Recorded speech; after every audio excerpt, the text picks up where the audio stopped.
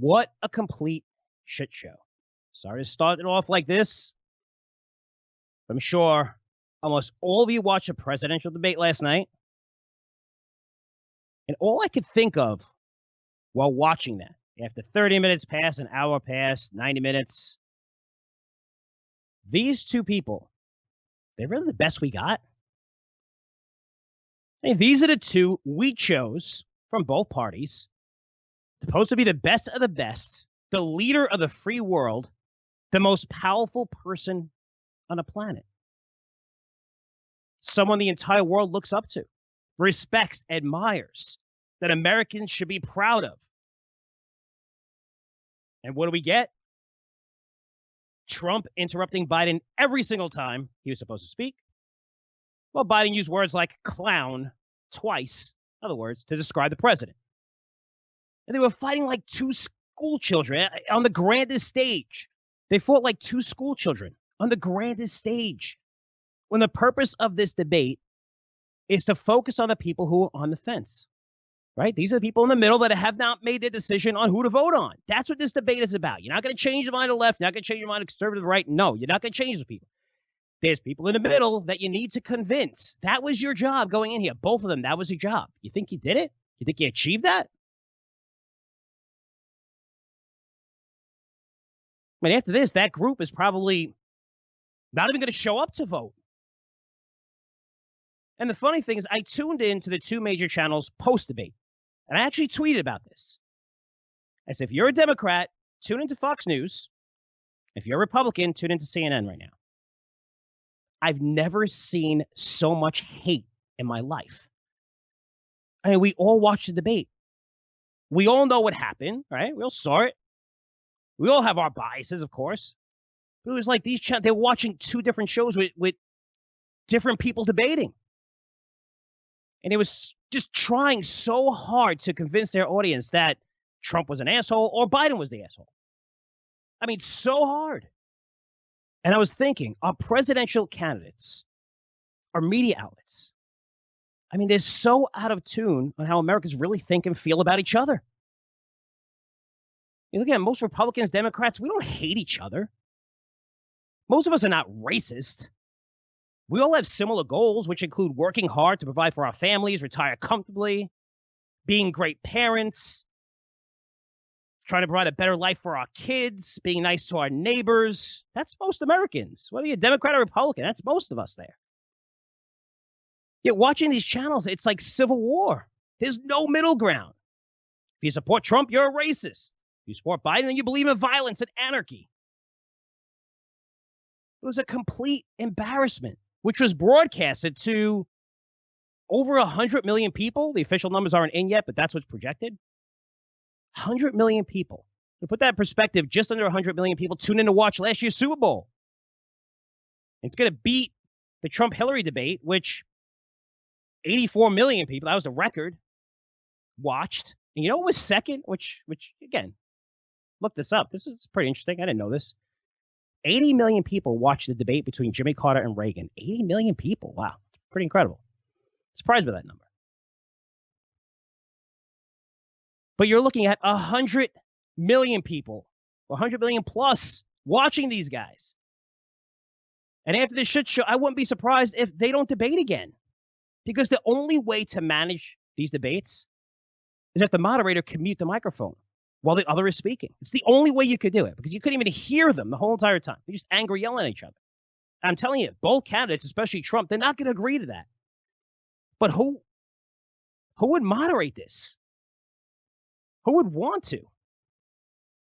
And Chris Wallace is pretty fair. He asks tough questions on both sides. But man, he couldn't even talk. He couldn't even say anything. He couldn't shut anybody up. Again, a lot has to do with Trump. Just kept talking and talking and talking. But nobody wants to see a debate like this again. I mean, it's useless to us, which, by the way, isn't this the reason why you're having a debate? To tell us, Americans, about your policies, how you plan to make America better? Yes, you're going to attack each other's policies. Not to the point like, just two children in a schoolyard yelling at each other, yelling over each other. Now, I'm going to try to analyze this, even though the debate was more about pointing fingers and name calling and less about what they would actually do to make this country better. But many of these topics are important to all of us, especially how you plan to invest your money over the next 4 years or even longer. They separated into several topics. The first one was Supreme Court. I favor Trump on this. He's right. He's a president. Republican controls the Senate. And his duty is to pick a Supreme Court justice right now, just like every single president before him would do, whether Republican or Democrat, and is supposed to do. That's their job. If the same scenario existed, that's what they're supposed to do. Biden is just, there's nothing really he could say. Oh, we should wait until, we should wait till elected. He is the elected president, though. He is now. That's his right. That's what he has to do. I mean, if he doesn't do that, he'll lose his whole conservative base. Just like a Democrat will lose their part of their base if they didn't do this. This is their job responsibility. I think he was a game changer, but Trump won that one. Healthcare, I thought Biden won. And Trump is talking about revamping Obamacare for 5 years. Yes, he campaigned on it before he got elected. Been in office close to 4 years, and nothing has changed. He still doesn't have a plan. And nobody does, and nobody can have a plan because our healthcare system is just so effed up. It can never be fixed. Just too many bureaucrats, people getting paid under the table. And these costs, no matter who is president, are going to continue to skyrocket for decades to come. It's just, right now, you have to revamp the entire thing from scratch. He said, well, I was picking apart pieces of Obama's plan, making it better. No, you really didn't. And for me, my costs keep going up and up and up. I mean, the costs I have, and they're not even, I want to give my employees the best health care possible, but it's the costs are outrageous. It goes higher and higher and higher every year. The costs are outrageous. I don't see it stopping. I wish there was a change. I wish we could do something about it. I think we all agree we want everyone in America to have health care, but not the expense of small businesses like myself, where we have to pay for people who aren't working or don't have jobs and their insurance. I mean, that doesn't make sense. It's got to be a different way to do it. When it comes to health care, you have, Biden's out there and supporting, at least trying to say he supports a lot of Bernie Sanders policies because they need that. They need that group. And that was the one thing with Biden, which is difficult because you need that group. And I'll get to that in a minute. That crazy left, you want them to vote for you, but you don't want to say, hey, I'm in bed with these guys. So it was kind of like a back and forth where I felt like he was contradicting himself. But when it came to healthcare, I thought Biden won that. The economy, Trump did a great job here. A really great job considering Biden did say he would shut down the economy again. And he didn't deny that. He said, well, based on the science, there's no science that tells you right now that you should close the economy. Zero. There's not one stat out there telling you should close the economy. Absolutely none. Zero. Believe me. I looked at every stat. I've read hundreds of papers. I've been on this since February. Right now, nothing. If that changes, if the death rate goes higher, if there's a different strand, if we don't get a vaccine, whatever. You see more infections because we're opening up the economies, but the death rate is coming down tremendously. We have the stats. We know the stats. Which, if you're under 69 years old, the chance of you dying from COVID is 0.5%. You do not close the entire American economy for that. Zero chance to doing it. And if you listen to somebody, you listen to the wrong people. And that is pretty scary. Again, there's numerous studies out there now showing how depression, divorce, drug use, crime, abuse are up tremendously during the lockdown. And I think common sense, most of us could identify with that because we've all been home for a period of time. Unfortunately, some longer than others. Having kids in a house all day. Parents forced to be working from home. No social interaction. These are bad things. But now we can see examples of, look, the whole hockey season. At least when they started up, it was played. People were safe. Congrats to Tampa Bay Lightning. Great comeback after they get swept as the number 1 seed last year. First round. I think they had one of the best records ever. Great job. Congrats.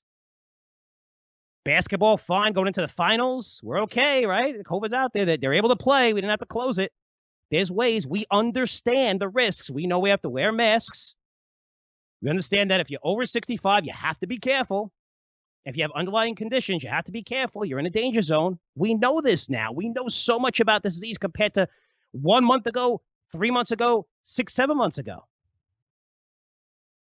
And there's zero stats. I'll cover this in my education. There's zero stats supporting that we need to lock down this economy again. Just being a little bit open to that is insane. We have schools that have been open. People are dying from COVID all over the place. Even the states with the most stringent policies on COVID are easing their restrictions, like New York City and California, easing their restrictions. Now, indoor dining could be up to 20%, 25%. Give me a break. We're like 80% here in Florida. We were at 20% 3 months ago, and businesses are doing great. Nobody's dying. Open up already. Come on. Give me a break. Again, it's okay to see these coronavirus cases start spiking again. That's normal. We're opening back up. But closing the economy, I don't know anyone who owns a business, works for a living to support their family, which is the majority of the population, that believes we'd be better off locking down our economy again. That's a big point. Mail-in voting, I thought Biden really didn't have to do much.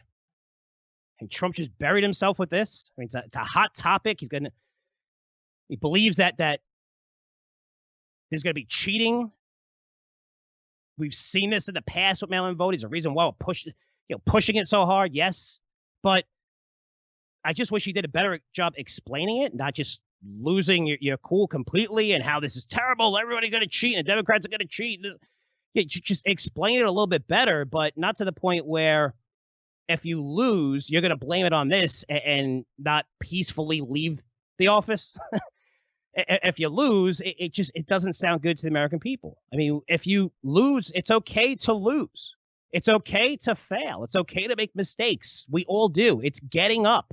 That's why I hated Hillary Clinton. Just continue to this day believing that election got stolen from her.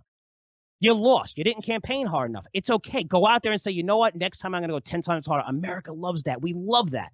I don't care what side. You love that. We love fighting. We love that comeback story. We hate bullshit excuses and complaining and sore losers. It sounds like Trump's being a sore loser there. He has points of mail-in voting. I think a lot of people could agree on that. Plenty of examples of fraud. But Biden really didn't have to do anything. I think Trump just buried himself here. Defund the police. Big issue. I mean, I thought Biden had the line of the night. This is my opinion. When he said, I am the Democratic Party. Biden has to realize, though, all the elected Democrats are marching in the streets with Black Lives Matter. That whole movement, which is about defunding the police. I mean, Schumer, Pelosi putting on cloth and which were but the wrong color, by the way, right? Symbolized celebration. You were celebrating the death of George Floyd, but you put on this cloth and you knelt in that whole perfect. You got the cameras in perfect position, showing how you support this. Again, off of votes, they don't give a shit about anything, but you have your whole party out there is part of this, and you're like, well, I'm the Democratic Party. Well, it's either you don't know your Democratic Party, you don't know those people, but you can't have it both ways. You can't say, I love the police and everything, and your entire party promoting this. So, and I get it. I mean, you need these votes. So it's a tough mix. I understand that.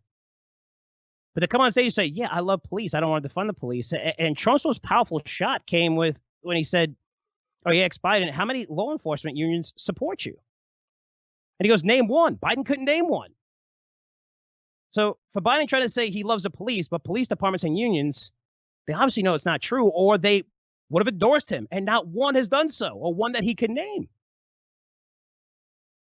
But explain maybe that you want to rethink whatever statement that they're using now, Democrat. Well, we want to rethink policing or whatever it is. Explain it a little bit. But it's hard to separate yourself from it. You're running on a platform, on a party, and your party really believes in this. It really does. I mean, and I'm talking about I'm talking about every single Democrat, just like every single Republican supports Trump. I'm talking about the elected Democrats. They believe this. They're supporting this. They're out there. So when it comes to defund the police, I think Trump did a good job holding his ground. Other topics I would mention is climate change. But Trump did a good job here. And he shouldn't have really won this segment. And I felt he did because, he's against most climate change. He likes, again, it's such a hot topic, right? Because it's something that could possibly happen in the future, right? And we were told so many lies from people in the past of how, we'd all be dead by now, right? So we want to get the facts in place, but Trump is not really a supporter of climate change. Yet a lot of people believe that. That was an area where I thought Biden could really crush it. Instead, Trump did a great job turning to the Green Deal. And Biden kind of didn't want to admit that, he supports the Green Deal, the new Green Deal, because he's going to lose tons of votes, including the Sanders and AOC supporters. So he tried to be careful. Eventually, he cannot answer Chris Wallace's question on how much it would cost, which is everything, right? And it's going to cost a little bit of money, the new Green Deal, considering they basically want to rebuild or upgrade every single building in Americans, basically in every American city, to make it more eco-friendly. Every single building. Zero emission vehicles. Good luck with that. Totally get rid of fossil fuels, something that can never happen unless you want to pay $50,000 a year to heat your home. Good luck using solar. You'll be cold. Remember, solar works when the sun is out. It's called base load power. Power 24/7. You don't have that with most alternative energies. And they're still expensive. Getting cheaper, but expensive. You're not going to go 100% alternative energy. It's not going to happen. It's got to be a mix, but explain that. Explain the cost of this, because if you're looking at the most conservative estimates, and this is from non-biased economists out there, again, you're going to see crazy stuff from the Republicans and inflating this number like Trump did yesterday and say it's $100 trillion. It's not $100 trillion, but it's not going to cost you $3-4 trillion either. But the base is between $50-60 trillion over the next 10 years. You know how much money that is? Every single building. Every single building is going to just crazy. It's fun. I mean, it's not an all or none situation. It's let's work at this together to improve the environment, right? That's what it's about. It's not like it's 100% wall in on this 50 trillion or nothing at all. And that's what it kind of is right now. And I thought Biden could have did a better job saying, hey, you really don't, he tried to, but, Trump did a good job of just pointing to the Green Deal, which, again, is a subject that and this thing was built by AOC, who's a child, who knows nothing about it. Yes, she took a couple classes on the economy, but come on, man. I mean, just looking at these numbers and looking at this stuff, it doesn't make sense from a cost point of view. And I think most of us believe, like, hey, you know what? We want to make sure that this planet is healthy for our children, for the next generation. But every single building, no more planes, no more boats. Bye-bye Hawaii. Guess we can't visit those people anymore. I mean, come on. It's kind of crazy when you think about it. But overall, when I take all these subjects, and this is important, guys, seriously, the portfolio, I'm going to bring this all back. If we're looking at a winner here, and cover one more topic here, which is COVID, because I thought Biden won this hands down. I mean, he did deny saying that Trump was a xenophobe for closing our borders to China. I know that he got ripped for that, and I think that was a great move, one of the great moves that Trump has done, because Democrats destroyed Trump when he did that. Meaning that if Biden was president, he would have kept our borders open a lot longer to China, which we can all agree would have resulted in more infections, more deaths. But Trump has not been transparent about this virus. He's fired a lot of doctors, the people who don't really support his view 100%. He should not be guaranteeing a vaccine. I mean, giving a specific date when we'll get one. I mean, he doesn't know that. Nobody knows. The healthcare companies don't even know. Moderna, J&J, Pfizer, they don't know that. I think it's going to be at the end of this month. They're going to get, I think J&J, I believe it's going to be Pfizer first to the market. But you can't throw out a date, and especially right before the election. I mean, come on. But you look at Trump and flip-flopping back and forth. This isn't a big deal. This is a big deal. It's not a big deal for America. We're fine. I mean, this is stuff that he's saying as the leader of the free world, and a lot of it was wrong, just like every single doctor infectious doctor has been terribly wrong and flip-flopped completely. We'll never lock down. We need to lock down. Don't shake hands ever again. I mean, holy cow. It doesn't get more crazier than that. And my argument was like, hey, let's stop allowing people who are in the danger zone I mean, this is the only people that are going up and creating these policies and giving us advice on this are people that are at risk, at serious risk of catching this and dying because they're over 70 years old. Of course they're going to have a bias towards it. I would too if I was 70. I would be like, everyone's got to wear a mask. You got to be careful. Close everything because I don't want to get infected because it impacts me, but it doesn't impact people, especially under the age of 50, especially under the age of 30. But if I had to declare a winner, which is like picking the winner of like the Cincinnati-Philly game last week, which ended in a tie, and these teams were both horrible and useless, I'd give it to Biden. The expectations were low coming in. Republicans painted a picture that he's incompetent and he's doesn't know what he's saying, which you couldn't prove because Trump never let him talk. I felt like he was fumbling a little bit with numbers and facts, and then Trump just immediately interrupted him before he could finish his point. But let him finish. But Biden was well prepared. Didn't do as bad as Trump, who sounded like a pissed off teenage bully. And I don't think any of them did a great job. But if I had to pick a winner, I'd say Biden. Biden was lesser of an asshole. That's how I'd pick it. That's the best way I could say it. But overall, the debate, it's an F. That's how I agree. An F. It's the worst debate I've ever seen in my life. The expectations were high, but it was horrible. It was terrible. There's so many great points both could have made. If you're Trump, talk about Kamala Harris. Biden is a racist. It sexually assaults women. I mean, she can't deny that. She said it right on stage when they debated. Yet, she decided to join Biden's ticket as vice president. I mean, what does that say about your character for both of them? If I was Biden, I would attack the economy much more. This is Trump's biggest selling point, and we still have many Americans out of work. Because you're not going to have too much longer. I mean, the amount of money filtered into this and the fact that we are going to get a vaccine over the next couple of months, I mean, the economy is going to explode. There's so much liquidity in the market right now. People don't know what to do with it. That's why you're seeing the big technology names trading at 30 times forward earnings. That money's going to rotate into a lot of other names. I'll cover that in my educational segment. But you're not going to have long to talk about it. Even the next few weeks, it's getting better and better as more and more cities and states are opening up.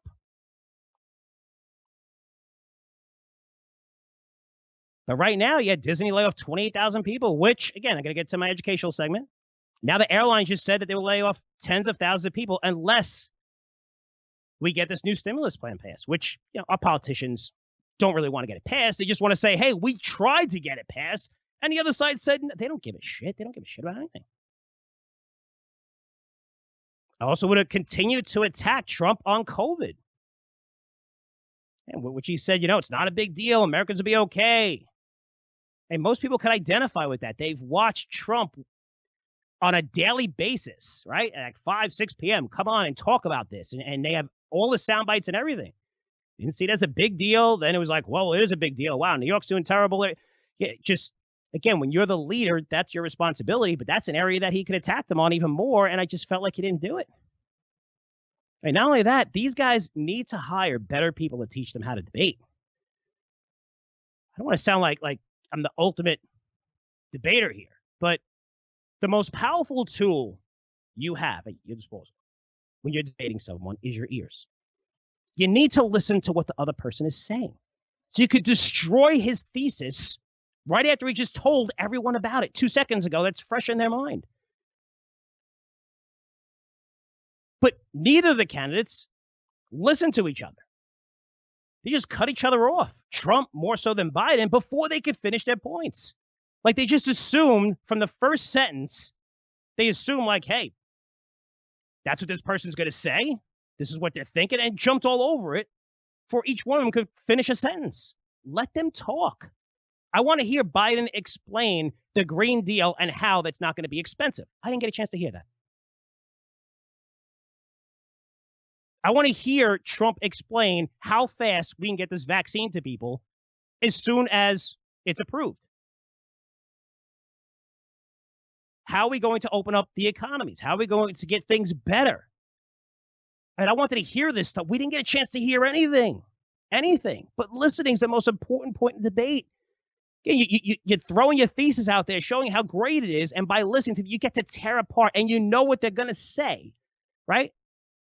You know what they're going to say pretty much about each policy. You should be prepped for that. But they're saying it right there to the people, and now you have your chance to just beat the crap out of that thesis, yet you didn't get a chance to.